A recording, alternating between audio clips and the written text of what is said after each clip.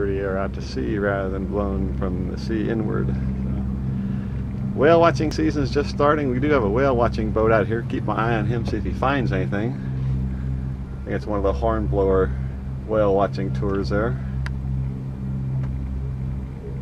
Out looking for the big ones.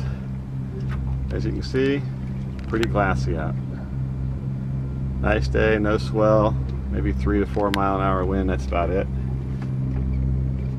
Warship 91's just leaving out there, heading out to who knows where for maneuvers. Zoom in on that guy, there he is.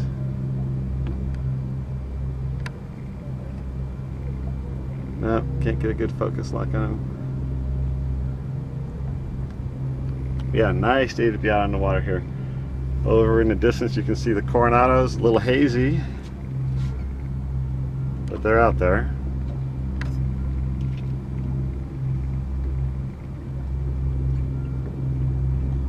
That's Mexico over where those islands are. Try to stay away from that area just because if I venture there, I'll get pulled over when I come back into the U.S. waters.